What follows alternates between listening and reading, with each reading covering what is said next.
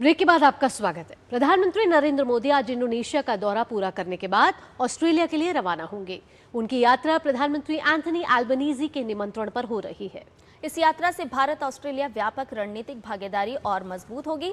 इस दौरान दोनों पक्षों के बीच रक्षा और सुरक्षा, व्यापार और निवेश, शिक्षा, मोबिलिटी, उभरती प्रौद्योगिकी, खेल और जनसंपर्क पर विचार विमर्श होगा।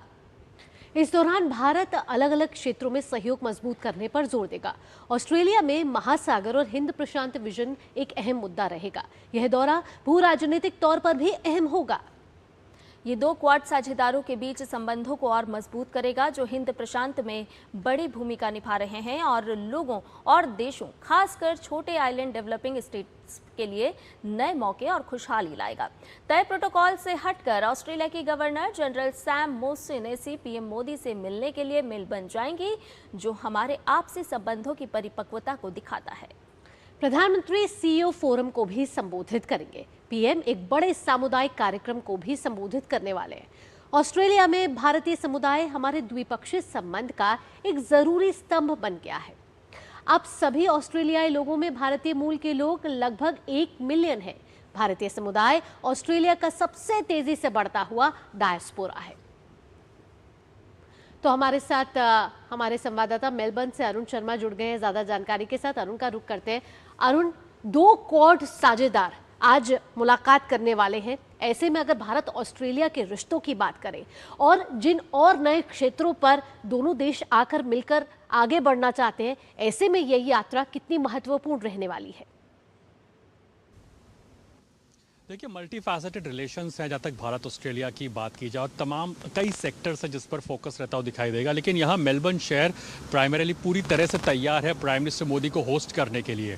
और ऑस्ट्रेलिया के अंदर प्राइम मिनिस्टर मोदी ये तीसरा उनका दौरा होगा, और इससे पहले वो 2014 में भी प्राइम मिनिस्टर मोदी यहाँ पर मेलबर्न के अंदर आ चुके हैं। और इस बार जब वो मेलबर्न में होंगे तो प्राइम फोकस इस बात पर होगा कि जो 3rd इंडिया ऑस्ट्रेलिया जो लीडर्स समिट है, एनुअल लीडर्स समिट है, इसके अंदर डिफेंस के सहित 3 ईज पर फोकस रहने जा रहा है, जिसमें कि एजुकेशन, इकोनॉमी और एनर्जी प्रमुख रहने जा रहे हैं।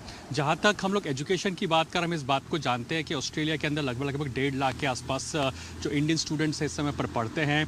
कई ऑस्ट्रेलियन यूनिवर्सिटीज़ भी भारत के अंदर अपने फिजिकल कैंपसेस खोल रही है। डीकन यूनिवर्सिटी एक बड़ा नाम है, और ऐसे कई और यूनिवर्सिटीज़ को भी एक तरह से अप्रूवल्स हैं जो कि अब फिजिकल अपने कैंपसेस को खोलने जा रहे हैं। तो इससे कि एजुकेशन के मोर्चे पर दोनों देश आगे आते हुए दिखाई देंगे। दूसरा प्रोमिनेंट पॉइंट एनर्जी को लेकर के बहुत प्रोमिनेंटली यहाँ रह सकता है, बिकॉज इंडिया इस समय पर अपनी एनर्जी रिक्वायरमेंट को डाइवर्सिफाई कर रहा है। जहाँ तक ऑस्ट्रेलिया की बात करें, वो 4th लार्जेस्ट यूरेनियम प्रोड्यूसर एक कंट्री है, लगभग 40 के आसपास देशों को सप्लाई करता है। तो जब तक भारत के डाइवर्सिफिकेशन की बात आती है तो हो सकता है कि न्यूक्लियर, सोलर, इन तरह के